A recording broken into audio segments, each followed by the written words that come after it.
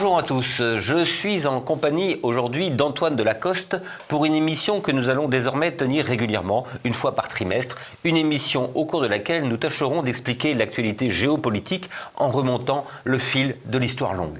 Au mois de juin dernier, nous avions évoqué l'Afghanistan et nous allons rester dans la même région pour parler de l'Iran. L'Iran, c'est une des plus vieilles civilisations du monde, héritière de la Perse antique, de Cyrus le Grand à Darius, des Parthes aux Sassanides. L'Empire perse fut pendant des siècles le cœur battant de l'Orient, rival de Rome et de Byzance. Puis vinrent les conquêtes arabes, les invasions turques et mongoles, avant la Renaissance salafide, qui fit de l'Iran le grand pays chiite que nous connaissons encore aujourd'hui.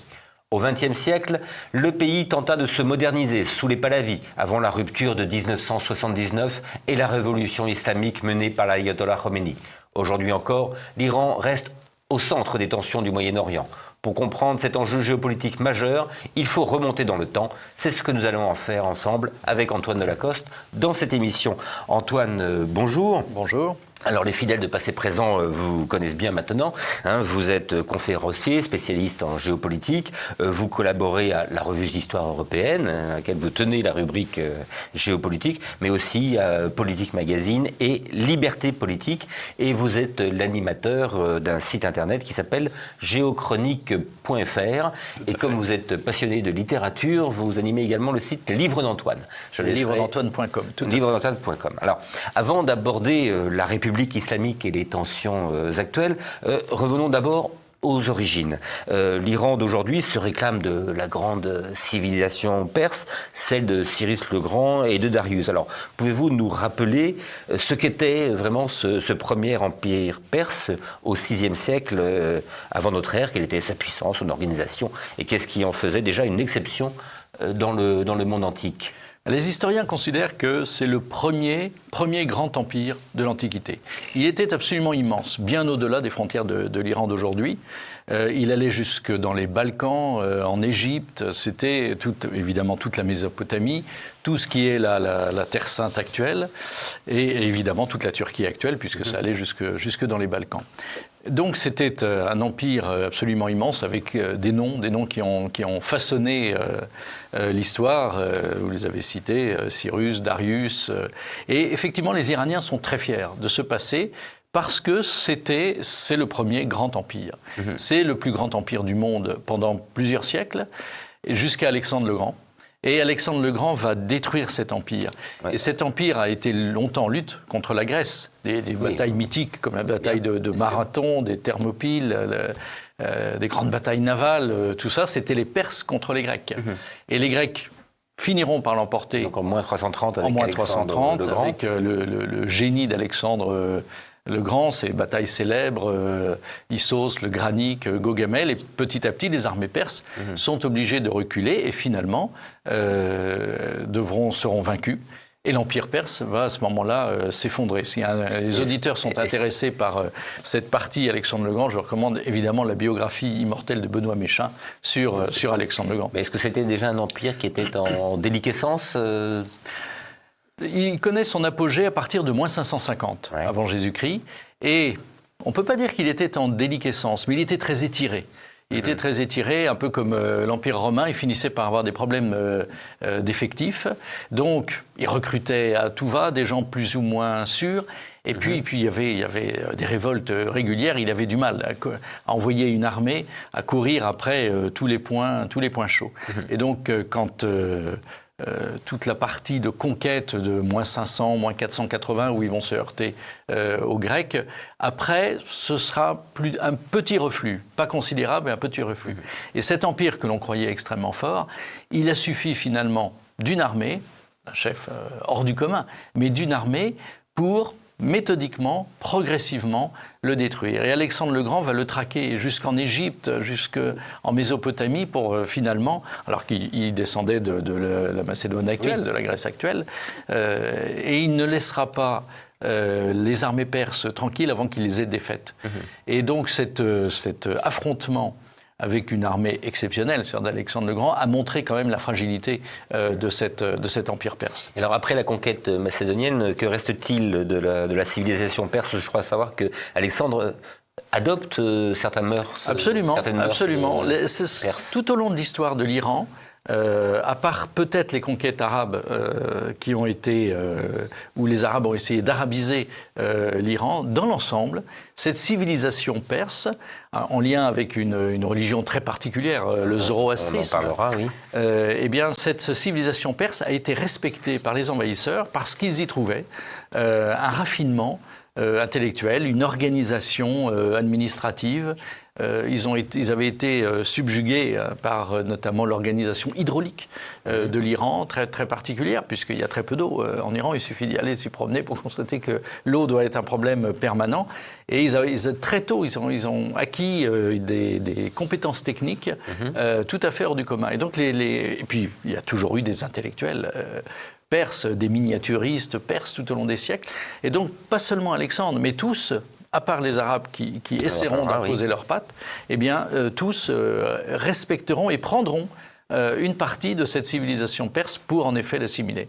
Et Alexandre le Grand, de toute façon, était un conquérant, mais il n'avait pas une vision, il pouvait être très cruel quand une ville lui résistait, mais il n'avait pas une vision sur le plan culturel totalitaire des choses. Et donc, il était très curieux d'esprit, et donc ça l'intéressait toujours de voir quels sont les aspects positifs qu'il pourrait prendre de la civilisation. Il y en avait beaucoup dans la civilisation perse. Alors, on le sait, après sa mort, son empire est partagé entre ses généraux. Ça se passe pas très bien. Et alors, ce sont les Parthes qui prennent le pouvoir. Alors, qui sont ces Parthes? Alors, ils viennent de l'Est. Tout au long de l'Est de l'Iran actuel. Oui.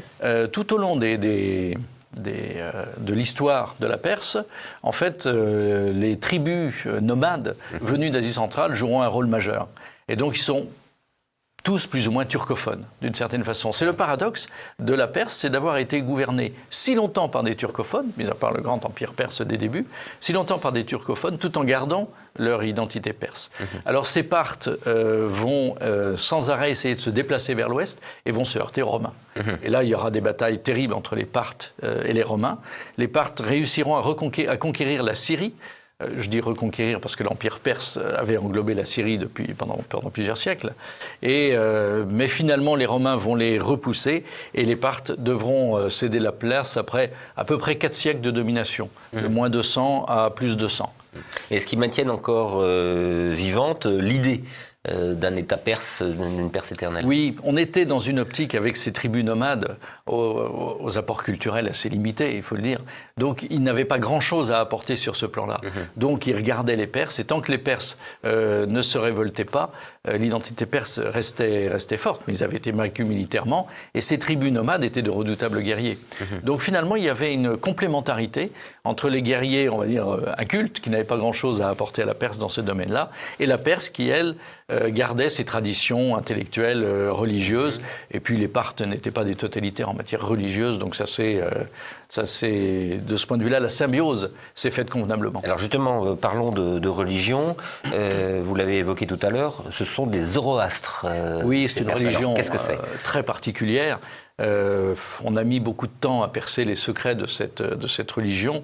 Donc plusieurs siècles avant Jésus-Christ, les historiens ne sont pas tous d'accord sur la date exacte, mais un homme serait venu, il s'appelait Zarathustra, Nietzsche en fera son fameux Ainsi parlait Zarathustra, et de là le mot zoroastrisme.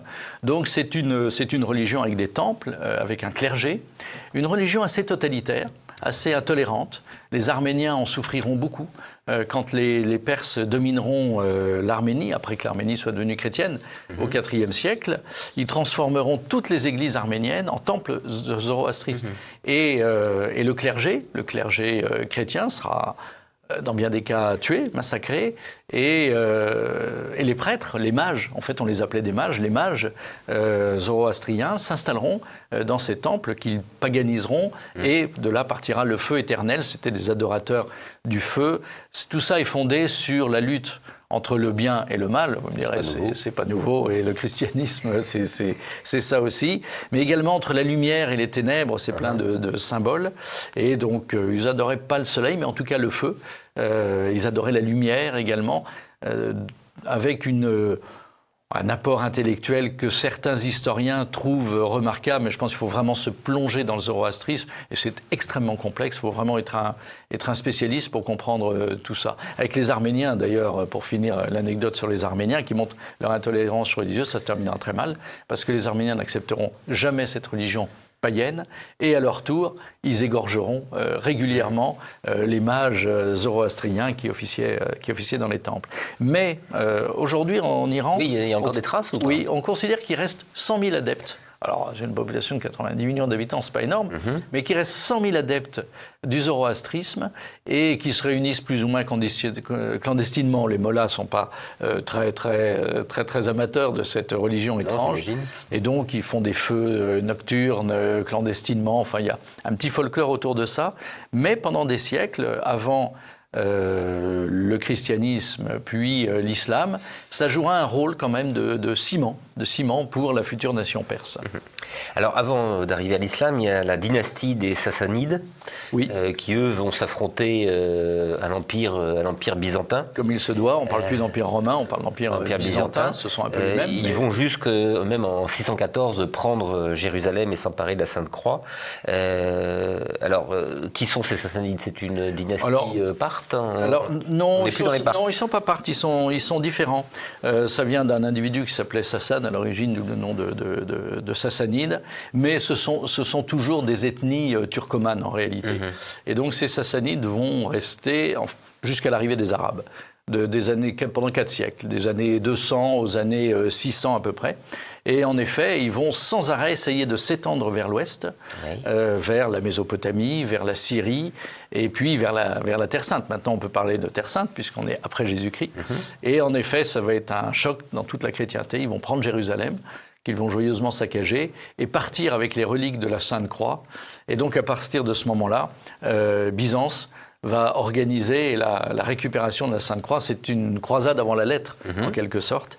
Et Héraclius va réussir, quelques décennies plus tard, dans les années 630, 640, à lever une armée pour aller attaquer les Perses. Et puis, il y aura bataille et l'empereur perse sera décapité pour avoir profané la croix. Oui. Et tout ça est très bien raconté. Je fais une petite parenthèse touristique. En Italie, à Arezzo. Arezzo, entre Rome et Florence, il y a une église qui ne paye pas de mine à l'extérieur, qui s'appelle Saint-François.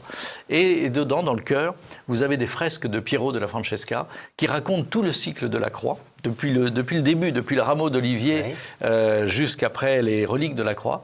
Et il y a plusieurs fresques qui rappellent cette épopée d'Héraclius, qui donc va vaincre les Perses et ramener la Sainte Croix triomphalement à Jérusalem vers 640, si je ne me trompe pas. Et donc ce sera une épopée chrétienne extrêmement importante. Et il y a une fresque saisissante où on voit Héraclius, la veille de la bataille, qui dort et qui a le songe de la victoire. Et donc c'est très beau, ça vaut le déplacement. Ça vaut le déplacement. Alors est-ce qu'on peut dire que ces guerres aussi ont épuisé l'Empire avant l'arrivée des Arabes? Et ça a épuisé les deux empires, c'est ça le problème. Ça a épuisé l'Empire sassanide, ça a épuisé l'Empire byzantin également. Et les Arabes ont eu une chance folle, les musulmans vous diraient c'est Allah qui l'a voulu, mais ont eu une chance folle, c'est-à-dire qu'ils sont arrivés pile au bon moment. Ils n'étaient pas si nombreux que ça. C'était pas l'immense armée qu'on verra après des Mongols venus là aussi des steppes, ils n'étaient pas si nombreux que ça, mais ils étaient très décidés. Ils avaient mis des versets du Coran au bout de leur lance pour montrer qu'ils arrivaient avec une nouvelle religion qu'ils allaient imposer par la force. C'est pour ça qu'ils essaieront d'arabiser la Perse lorsqu'ils l'auront conquise. Donc ils vont battre les Perses à plusieurs reprises, comme ensuite ils battront les Byzantins à plusieurs reprises. Les Arabes iront même monter jusqu'à Constantinople. Là, ce sont des Arabes, nous sommes d'accord, ce ne sont pas des... Ah non, ce sont des Arabes, ce ne sont pas du tout des Turcomans, des Arabes sortis des sables d'Arabie. Donc ils connaissaient bien, ils avaient fait déjà des tas d'incursions, mais c'est après la mort de Mahomet. Mahomet meurt en 632. C'est une date facile à retenir parce que c'est 100 ans avant la bataille de Poitiers, Charles Martel. C'est-à-dire qu'en 100 ans, alors ils partent peut-être quelques années après, mais pas si longtemps que ça, et en presque 100 ans, ils vont conquérir l'ensemble de la Mésopotamie, de la Terre Sainte, de la Syrie, de la Turquie. Ils vont camper, et puis après au nord, bien sûr, tout le Maghreb, l'Espagne, et la France, la Provence. Victor Hugo a des vers dans la légende des siècles sur la prise de Narbonne contre les Arabes, et ils sont en effet arrêtés à Poitiers. Ils iront jusque sous les murailles de Constantinople. Ils n'ont pas réussi à prendre Constantinople, et donc après ils vont refluer. Mais ça a été le moment le plus difficile pour les Perses, parce que ça a été la tentative d'arabisation qui n'a finalement pas réussi. Par contre, il a fallu adhérer à l'islam. Oui. Et alors, donc, elle n'a pas réussi. Pourquoi? Parce qu'il y a eu une résistance des Perses. Une vraie résistance culturelle. Ça a failli marcher. Mais une résistance culturelle, oui. Ils n'ont pas voulu se mélanger avec les Arabes. Ils ont voulu garder leur identité perse. Oui. Et par contre, comme ils étaient militairement très affaiblis, ils ont dû adopter la religion musulmane portée par les Arabes. Et alors, religion musulmane, mais ils vont se convertir, mais en même temps, ils vont reconnaître Ali, le gendre du prophète, donc ils deviennent chiites. Est-ce que c'est la première exception? La rupture n'est pas encore tout à fait faite. Non, ça ne se fait pas tout de suite, ça se fait au bout de combien de temps? Alors, ça se fait alors, la rupture va arriver peu de temps après qu'ils choisissent Ali. En fait, il y avait eu un arbitrage entre les futurs sunnites et les futurs chiites. On ne les appelait pas encore tout à fait comme ça. Il y avait eu un arbitrage fait par le mollah de l'époque. Et les Perses avaient choisi donc Ali comme étant le successeur de Mahomet, tandis que les sunnites choisissaient un autre. Mais c'était accepté au début. Simplement, après, ça va se durcir parce que ce qu'on va appeler à partir de ce moment-là les chiites ne vont jamais reconnaître la succession des prophètes après Mahomet, enfin des chefs de cette nouvelle religion après Mahomet. Pour les chiites, c'est Ali et personne d'autre, et pour les sunnites, il y en a eu d'autres avant. Et donc tout ça va partir dans des batailles avec la mort des fils d'Ali, Ali assassiné, la mort des fils d'Ali, et donc à ce moment-là, le schisme est consommé. Mais la Perse ne bascule pas à 100% dans le schisme. D'abord, il y a d'autres peuplades qui n'adhéreront jamais au schisme. On parlera tout à l'heure comme les Kurdes, par exemple, qui resteront toujours sunnites. Et puis au-delà de ça, vous avez toute une partie de la population perse qui va rester sunnite. Et il faudra attendre plusieurs siècles pour qu'il y ait toute une vague de conversion forcée.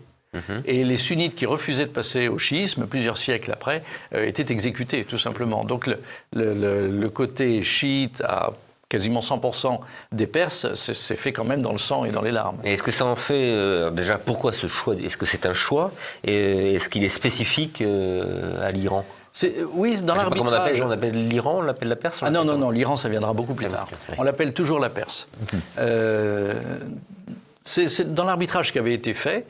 Il y avait en quelque sorte deux successeurs du prophète qui avaient été choisis. Chacun a choisi le sien, et c'est ça qui a provoqué, c'était un étrange arbitrage, c'est ça qui a provoqué par la suite toute cette rupture, parce que après l'assassinat d'Ali, la rupture était consommée. En fait, c'était pas prévu comme ça. Mais l'Iran est la plus grande puissance chiite à l'époque? Ah bah oui. Si, au tout début, on ne parle pas de chiite en tant que tel, mais c'est la seule même. C'est la seule? C'est la seule. Au début, c'est la seule. D'accord. C'est la seule qui choisit Ali. Et ensuite, donc, les positions vont se durcir à cause de tout le sang qu'il y aura eu entre les batailles contre les califes de Bagdad, de Damas, etc. Et les Arabes, lorsqu'ils s'installent véritablement, il y a une population arabe, il n'y a pas de mélange de population, vous l'avez dit. Il n'y a pas vraiment de mélange de population. L'administration reste perse. Oui, mais quand même, ils ont arabisé quand même tout ça, mais ça n'a pas vraiment fonctionné. Au niveau des noms, par exemple, des patronymes Non, ça n'a pas beaucoup bougé. Un petit peu quand même. Il y a eu des emprunts de la langue perse à la langue arabe. Ça a duré quand même 250 ans, cette occupation arabe. Donc en 250 ans, ils ont eu le temps d'en faire un petit peu. Mais pour bien montrer que c'était relativement superficiel, même s'il y a eu beaucoup de choses d'imposées, notamment dans l'administration, lorsqu'ils ont été chassés par la suite par d'autres tribus turcomanes, et c'est les Turcs seldjoukides, et bien à partir de ce moment-là, il ne restera plus grand-chose. Ouais. En dehors de l'islam, vous me direz ça n'est pas rien, mais en dehors de l'islam, il ne restera pas grand-chose sur le plan civilisationnel. Les Perses vont reprendre en quelque sorte le contrôle après le départ des Arabes, qu'ils avaient un peu perdu. Départ des Arabes, mais donc arrivée des Turcs. Et l'arrivée des Turcs, seldjoukides, mais qu'eux sont beaucoup plus tolérants. Parce que ils acceptent, eux sont des sunnites, les Turcs. Alors oui, ils vont se convertir petit à petit. Les Seldjoukides au début sont pas vraiment musulmans, puis ils vont découvrir que dans le coin il vaut mieux l'être parce que ça facilite quand même les choses. Ils connaissent pas du tout cette différence entre sunnites et chiites. Ils vont la découvrir sur place. Et comme ils sont pas passionnés par la chose religieuse, ces Seldjoukides qui finiront par prendre le pouvoir en Turquie. Le pouvoir turc est héritier de ces Seldjoukides. Oui. Ces Seldjouk, c'est du nom du chef de tribu, ça aurait pu être beaucoup d'autres. D'ailleurs, beaucoup de ces Turcomans se sont arrêtés au cours de ces invasions successives, se sont arrêtés dans l'Asie centrale actuelle. Et donc, tout ce qui est Turkménistan, Ouzbékistan, Kazakhstan, etc., ce sont des descendants de ces tribus nomades. Et c'est pour ça, petit aparté, que Erdogan a toujours rêvé d'avoir un pont avec l'Azerbaïdjan, bien qu'elle soit chiite, pour avoir accès à l'Asie centrale et reprendre son grand rêve de l'Empire ottoman, puisqu'ils sont tous turcomans. Mais donc, pour en revenir aux Seldjoukides, les Seldjoukides sont assez tolérants sur le plan religieux. Et donc, paradoxalement, cette conquête seldjoukide débarrasse les Perses des Arabes, beaucoup plus autoritaires, beaucoup plus durs, qui eux veulent imposer l'islam par la force partout. Les Seldjoukides, eux, vont laisser les Perses relativement tranquilles, et ça va être, sur le plan culturel, une renaissance perse qui va durer plusieurs siècles en réalité. Et ça va durer jusqu'au XIe siècle quasiment. Et ça va être tout le développement de l'architecture, des arts, des lettres. Vous avez tout au long de ces siècles-là, et ça continuera après, des poètes, la poésie joue un très grand rôle, des jardins construits. Les Perses ont un art des jardins qui s'est développé très tôt, une architecture évidemment qui sera ravagée par les invasions mongoles après, qui seront beaucoup plus dures que l'invasion seldjoukide. Et donc les Seldjoukides, pour les Perses, ça n'est pas un mauvais souvenir. On pourrait penser que les Turcs, c'est dur, mais autant ils ont été très durs après, notamment avec les pauvres Arméniens au XXe siècle, et puis même contre l'Empire byzantin. Leur première grande victoire contre l'Empire byzantin va intervenir quasiment à la fin de l'occupation seldjoukide en Perse, puisqu'ils vont remporter la grande victoire de Manzikert en 1071 contre l'Empire byzantin, et ça va être le début de l'affaiblissement de l'Empire byzantin, malheureusement définitif cette fois. Alors d'autres populations arrivent, cette fois-ci ce sont les Mongols, Gengis Khan au XIIIe siècle, puis Tamerlan au XVe siècle. Alors est-ce que ces invasions, elles ont de nouveau détruit cette civilisation perse qui renaissait, ou est-ce que ça a renforcé sa cohésion? Alors en réalité ça a été épouvantable. D'abord, ils étaient extrêmement nombreux, beaucoup plus que les Arabes. De très bons combattants, et puis faut le dire, des sauvages absolus. Ils ont massacré, ils ont pillé, ils ont détruit. Le système hydraulique très raffiné dont je vous parlais, ils l'ont intégralement détruit. Les Perses n'ont jamais pu le reconstruire, tellement c'était ingénieux. Ça fait penser à certaines destructions de construction de Rome qu'on n'a jamais pu vraiment refaire non plus. Et donc ils ont énormément détruit. Ils étaient sans pitié, ils étaient incroyablement sanguinaires. Tamerlan est resté célèbre quand il y a eu une révolte à Ispahan. Il a ravagé Ispahan. Il a tué un nombre de gens absolument invraisemblable, et pour leur apprendre à s'être révolté, il a fait un geste qui est resté célèbre, une pyramide de crâne. La fameuse pyramide de crâne. 70 000 crânes entassés en pyramide, ça avait dû faire un peu d'effet. Il faut quand même avoir un tempérament un peu particulier pour s'amuser à faire ce genre d'exhibition macabre.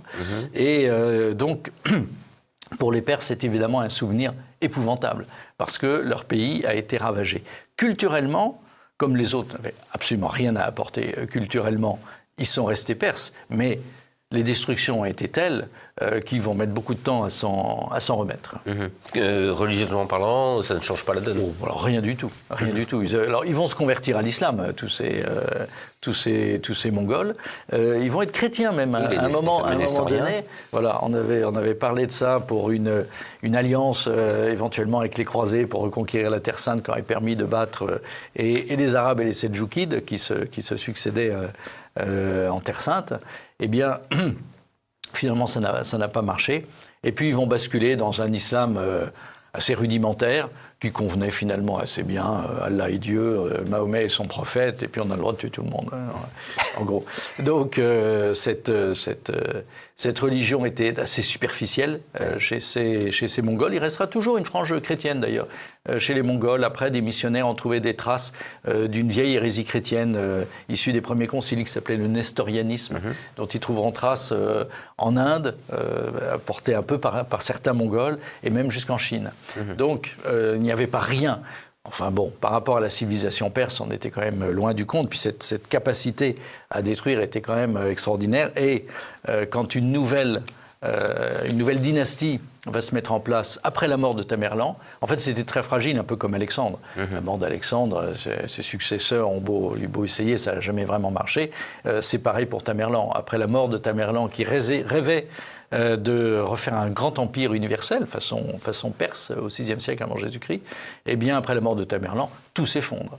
Et donc, à ce moment-là, eh bien, une nouvelle dynastie arrive, prend le pouvoir. Les Séfévides. Les Séfévides, pardon. Les Séfévides. Et ils vont régner de 1500 à peu près jusqu'en 1736. Cette fois, la date est extrêmement... Là, il y a une bonne stabilité. Alors là, il y a 230 ans.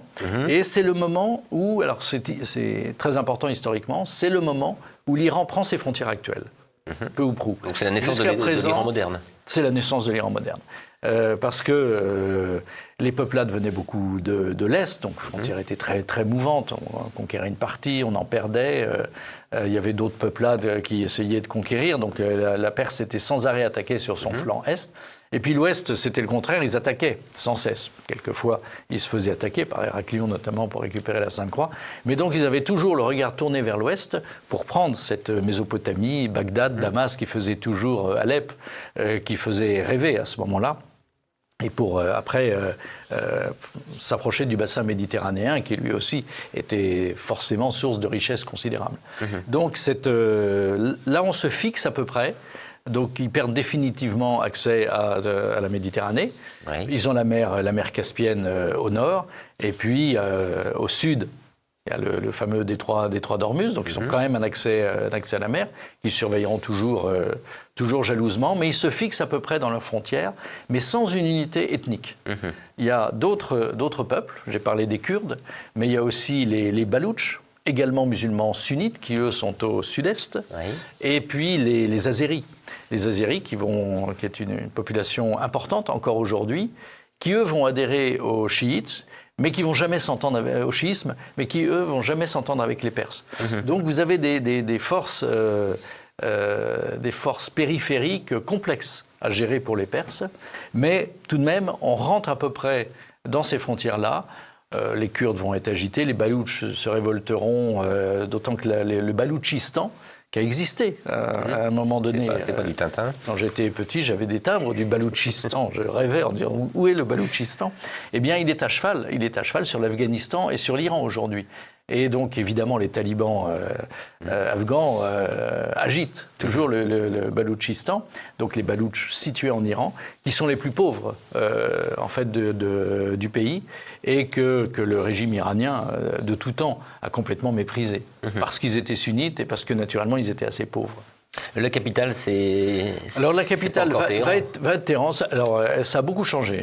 La capitale, il y a eu les villes religieuses, il y a eu bien sûr Ispahan. Et Téhéran, ça viendra un petit peu plus tard.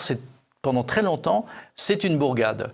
Et c'est pour se mettre un petit peu à l'abri au nord, en se rapprochant de la mer Caspienne, qu'on en fera la capitale. Mais la capitale culturelle, religieuse, historique, c'est Ispahan, bien sûr. Et c'est d'ailleurs pendant ce règne des Séfévides qu'il va y avoir un très grand souverain, qui était le Shah, on parle déjà de Shah, qui était le Shah Abbas.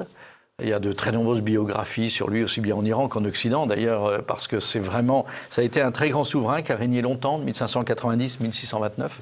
Et il avait le sens de la grandeur, et c'est lui qui a construit le magnifique Ispahan actuel. C'est un très beau voyage de voir ça. C'est pas très loin des ruines de Persépolis, qui nous font penser à ce premier empire perse. Et il y a des constructions de mosquées en particulier avec des couleurs assez incroyables. C'est un très beau spectacle. Et alors, le Shah Abbas est resté célèbre pour avoir pris une initiative assez incongru, mais qui aura des conséquences importantes pour les Arméniens. La pauvre Arménie était sans arrêt coincée entre les Turcs, les Byzantins, les Perses. Bon. Et les Perses, au XVIIe siècle, dans leur lutte contre les Turcs notamment, eh bien, ont envahi l'Arménie et ils ont déporté des milliers d'Arméniens dans des conditions très dures, épouvantables. Ils les ont obligés à traverser un fleuve à la nage. La moitié, ils sont morts. On était en hiver. Enfin, c'était d'une cruauté incroyable. Mais ceux qui sont arrivés, bizarrement, après avoir été si durement traités pendant cette déportation, ont été très bien traités à Ispahan. Et Shah Abbas a révélé à ce moment-là son idée. Les Arméniens, déjà, avaient la réputation d'être des très grands commerçants, des commerçants hors pair.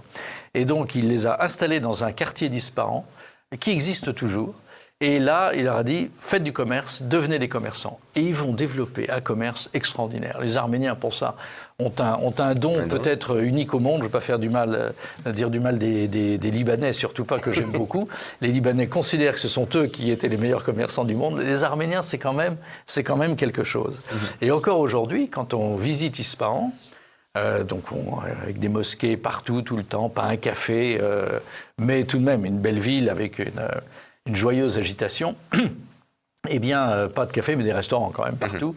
Et quand on pénètre dans le quartier arménien, alors on change de monde, des cafés partout et surtout des églises partout. Ah oui.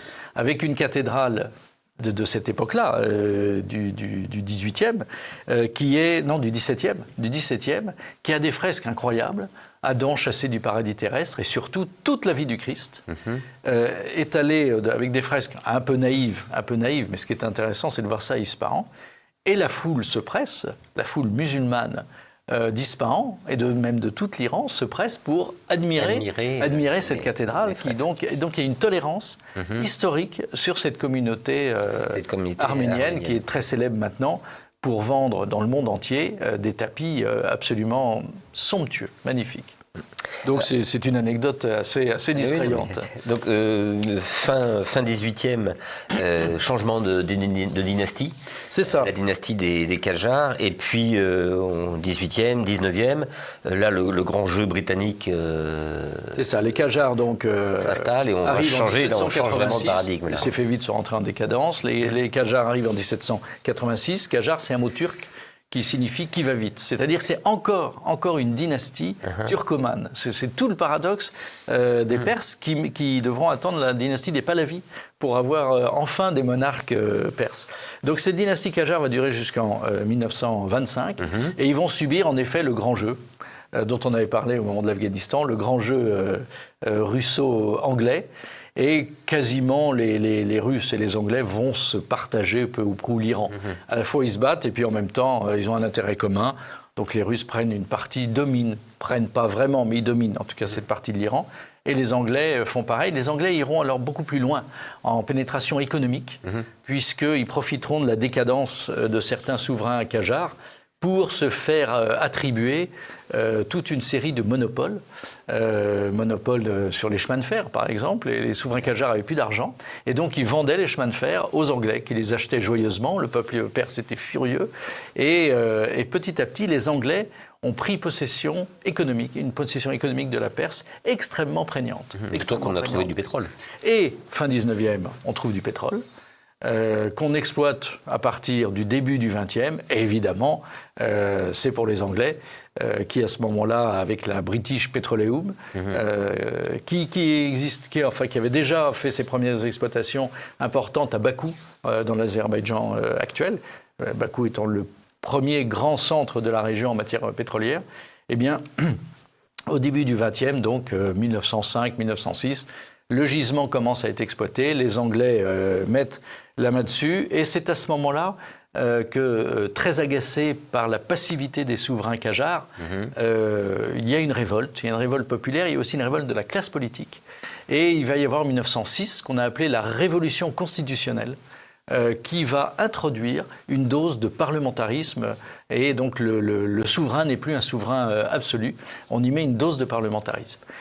Alors, on change de dynastie. Non, on reste avec la dynastie Qajar, mais qui a perdu une grande partie de son pouvoir. C'est un peu les rois feignants, en quelque sorte. Les Anglais en auront assez de traités avec eux.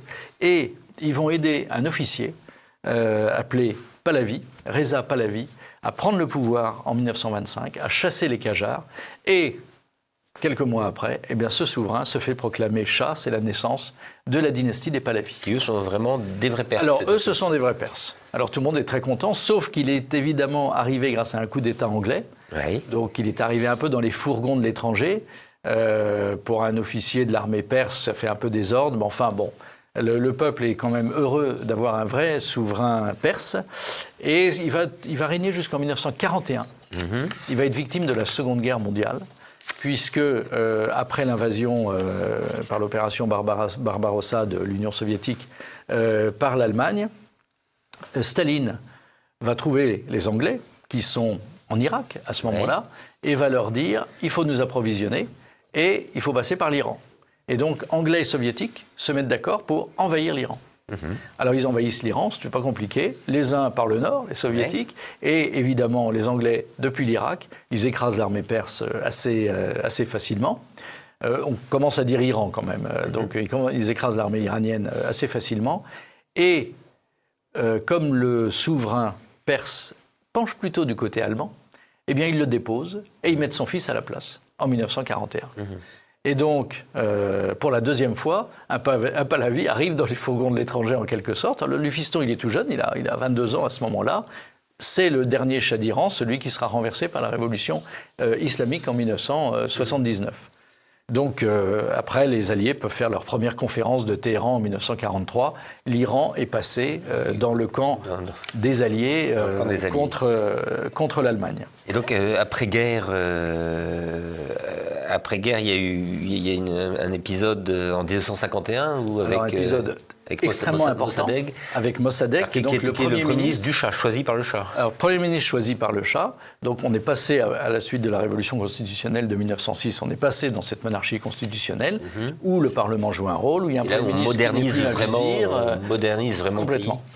Simplement, en 1951, Mossadegh, qui était un nationaliste perse, comme il y en a tant, décide que les Anglais se servent vraiment trop sur le pétrole et que ce que touchent les Iraniens est trop faible, et il nationalise le pétrole. Alors, évidemment, les Anglais le prennent très mal. Ils appellent au secours leurs amis américains, parce qu'on est en 1951, la puissance anglaise a beaucoup décliné, la puissance américaine est à son zénith. Et la CIA va monter un coup d'État qu'ils appelleront l'opération Ajax, et ils vont renverser Mossadegh et le mettre en prison. Le Shah, pendant tous ces événements-là, s'est enfui en Italie, et il va revenir une fois que le coup d'État de la CIA a réussi, et ça va être une tâche sur son règne. Ça va être une tâche sur son règne, parce que ça fait la deuxième fois qu'il revient dans les fourgons de l'étranger, et Mossadegh était quand même assez populaire. La nationalisation du pétrole, ça avait quand même beaucoup plu à l'ensemble des Perses. Ils trouvaient ça légitime que ce soit eux qui touchent les dividendes de cette rente pétrolière. Et donc ce jeune Shah enfui puis revenu, son attitude n'a pas été tellement appréciée. Je sais que certains auditeurs écriront en disant « vous dites du mal du Shah d'Iran qui était le dernier grand souverain ». Je ne dis pas de mal de lui, simplement ce sont les faits. C'est un coup d'État de la CIA. On est d'autant plus sûr que c'est un coup d'État de la CIA que c'est de tous les coups d'État de la CIA, Dieu sait s'il y en a eu, c'est le seul qui a été explicitement reconnu, probablement pour empêcher d'autres vocations, c'est le seul qui a été officiellement reconnu par la CIA, qui a dit « oui, c'est nous. C'est nous qui avons fait ça, c'est nous qui avons renversé Mossadegh ». Donc, à ce moment-là, le Shah reprend son règne jusqu'à la révolution islamique. Donc, il se rapproche beaucoup des États-Unis. Ça aussi, ça lui sera beaucoup reproché. C'est d'ailleurs un allié indéfectible des États-Unis. Donc, c'est un ami d'Israël. Et il va beaucoup moderniser, il va interdire le port du voile. Et il se met ainsi à dos tout le clergé chiite, qui quadrillait quand même l'ensemble de l'Iran, surtout quand il va envoyer des fonctionnaires iraniens laïcisés en quelque sorte, musulmans chiites, mais laïcisés, pour enseigner dans les écoles à la place des mollahs chiites. Et là, il va y avoir une lutte d'influence extrêmement dure qui trouvera son paroxysme avec la révolution islamique de 1979, parce que autant les villes comme Téhéran, comme Ispahan, Shiraz moins parce qu'elle est plus religieuse, mais en tout cas ces deux grandes villes-là sont assez libérales, surtout Téhéran. Il n'y a pas une femme voile, d'ailleurs c'était interdit. Et Téhéran est très occidentalisé et de conception assez démocratie libérale à l'occidentale. Dans les campagnes, ce n'est pas du tout le cas. Les campagnes ont longtemps été sous l'influence du clergé chiite, qui ne plaisante pas avec les principes religieux. Et donc cette lutte contre, en quelque sorte, les instituteurs laïcs envoyés par le Shah va trouver son paroxysme en 1979. Et on verra toutes ces foules manifester contre le Shah et sous les yeux un peu consternés de la bourgeoisie citadine, qui, elle, n'aimait pas forcément le Shah ou l'aimait bien selon les cas, mais était effrayée de voir ces hordes de paysans entourés d'un clergé extrêmement rigoriste. Et pourtant, certains ont participé à la Révolution. Alors, il y a eu beaucoup de désinformation là-dessus. On a dit que la SAVAK avait tué des dizaines de milliers de personnes, la police secrète du Shah. En fait, après les archives, il y a eu 4000. Bon, c'est pas bien, mais enfin, c'est pas non plus considérable. C'est pas ça qui justifie la révolution. C'est vraiment une révolution théocratique où les masses ont été manifestées. Il y avait des manifestants communistes. Et donc manipulés par les mollahs ? Manipulés par les mollahs, par... Est-ce qu'il y a une autre puissance étrangère derrière ou... Alors, pas trop, parce que les Américains, les Anglais surveillent ça de près, évidemment, avec une certaine inquiétude, mais en même temps, ils se disent qu'avec les mollahs, on pourra s'arranger. C'est d'ailleurs à la demande des Américains que les Français accueilleront en exil l'ayatollah Khomeini dans son petit pavillon de Naufle-le-Château. Naufle-le-Château est devenu célèbre dans le monde entier dans cette année 78-79. Et donc, on a accueilli Khomeini qui va revenir en triomphateur en 1979. Et là, tous les manifestants qui ont joué un rôle et qui n'étaient pas issus des rangs islamistes, mais des rangs de la bourgeoisie libérale ou d'autres rangs, y compris les communistes, dont on appelait ça les moudjahidines du peuple, eh bien, se feront tous exterminer à ce moment-là. Il y aura un dérèglement de compte terrible et il y aura un nombre de pendaisons absolument incroyable. Pour bien mesurer ça, il y a un très beau roman iranien qui est sorti, écrit par une Iranienne en exil qui s'appelle Aria, dont je recommande la lecture parce qu'on voit très bien cette révolution islamique où les non-islamistes se font avoir, en fait. Et ils se retrouvent avec une théocratie alors qu'ils n'avaient pas du tout l'intention, ils n'avaient pas du tout prévu que ça se termine comme ça. Alors chacun sait ce qu'est devenu la révolution islamique. Le pays, donc, basculement d'un pays très modernisé qui reste... quand même moderne dans ses structures. Oui, et puis qu'à la main du pétrole et puis du gaz. On a trouvé du gaz. Il y a un immense gisement de gaz sous la mer que l'Iran se partage avec le Qatar. Alors, ils ne s'aiment pas beaucoup sur le plan religieux, d'autant que le Qatar est proche des frères musulmans. Donc, ils sont ennemis. Mais alors, dès qu'il s'agit de gérer le gaz ensemble, il n'y a aucun problème. Les accords se font très bien. Et donc assis sur cette manne pétrolière et gazière, l'Iran peut prospérer, mais après la révolution islamique de 1979, il y a eu la prise de l'ambassade américaine et la fameuse prise d'otages des diplomates américains. C'est la rupture avec les États-Unis et on n'arrive pas à... Voilà, et pour se venger, les Américains vont demander à Saddam Hussein de déclarer la guerre à l'Iran. Et vous allez avoir de 1980 à 1988-9 une guerre épouvantable qui fera 1 million de morts entre l'Irak et l'Iran, sous un prétexte de territoire à conquérir qui était somme toute relativement marginal, ça valait vraiment pas 1 million de morts. Les deux pays vont sortir exsangues de ça. Pour la petite histoire, c'est le moment où Saddam Hussein, à qui on avait promis monts et merveilles en échange de ses bons offices, puisqu'on lui donne rien, décide de se payer sur le Koweït. On connaît la suite. Donc l'Iran, à ce moment-là, va connaître une période difficile, mais l'Iran, c'est quand même un grand pays sur le plan démographique, avec des grandes écoles qui fonctionnent très bien, notamment des écoles d'ingénieurs. Les écoles d'ingénieurs en Iran, c'est comme en Russie. On arrive parce qu'on est ingénieur. Une des raisons, petit aparté, une des raisons des avancées technologiques de la Russie, ou de la Chine, par exemple, et un peu de l'Iran, même si elle est écrasée par les sanctions, en matière d'armement très sophistiqué, l'avance qu'ils ont prise sur les Occidentaux, et notamment sur les Américains, chose qu'on ne dit pas assez, vient notamment de leurs capacités d'ingénierie qui sont considérables. Près de la moitié des étudiants iraniens ou russes rentrent en école d'ingénieurs, parce que c'est le couronnement. Alors qu'aux États-Unis, selon la dernière statistique, c'est 7% des étudiants qui deviennent ingénieurs. Parce qu'on ne devient pas richissime en étant ingénieur, sauf si on invente un truc génial, on ne va pas donner à tout le monde. Il vaut bien mieux aller à Wall Street ou devenir avocat d'affaires, et là on peut devenir millionnaire si on est bon. Donc ça les attire assez peu, et c'est pareil en Europe occidentale. Les écoles d'ingénieurs baissent en fait en nombre d'élèves. Oui, on préfère faire des écoles de commerce. Alors, en Inde, c'est l'informatique, avec le succès que l'on sait, puisque la Silicon Valley les recrute à grands frais. Et donc en Iran, eh bien, c'est pour ça que vous avez autant d'ingénieurs atomistes. En Iran, qu'Israël essaye d'éliminer progressivement, mais elle n'y arrivera jamais, parce que tous les savants atomistes qui ont été tués au fil des ans, on n'a pas attendu les bombardements du mois de juin pour les tuer. Tout au long des 20 dernières années, il y a eu de nombreux assassinats ciblés, mais tous ces hommes qui se sont fait assassiner à 50 ans, 60 ans, étaient professeurs en université, avaient transmis leur savoir. Oui. En plus, il y a le nationalisme perse, toujours très présent. Et donc, c'est une fierté de travailler pour le nucléaire, même si officiellement c'est du nucléaire civil. Mais même ça, Israël empêche qu'il y ait du nucléaire civil. Alors, en 2015, ce sont les accords de Vienne.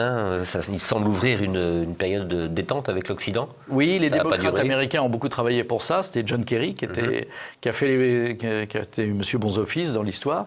Et les Iraniens, à ce moment-là, il y a eu une petite accalmie dans la dureté du régime iranien, nanti des promesses occidentales en disant si vous signez les accords et si les inspecteurs peuvent venir régulièrement sur vos sites nucléaires vérifier que ce ne soit pas que du nucléaire civil et pas du nucléaire militaire, à ce moment-là, on va lever les sanctions et des grandes entreprises vont s'installer. Donc il y a les accords de Vienne, 2015 donc, et en effet, des grandes entreprises françaises, allemandes, italiennes viennent s'installer en Iran.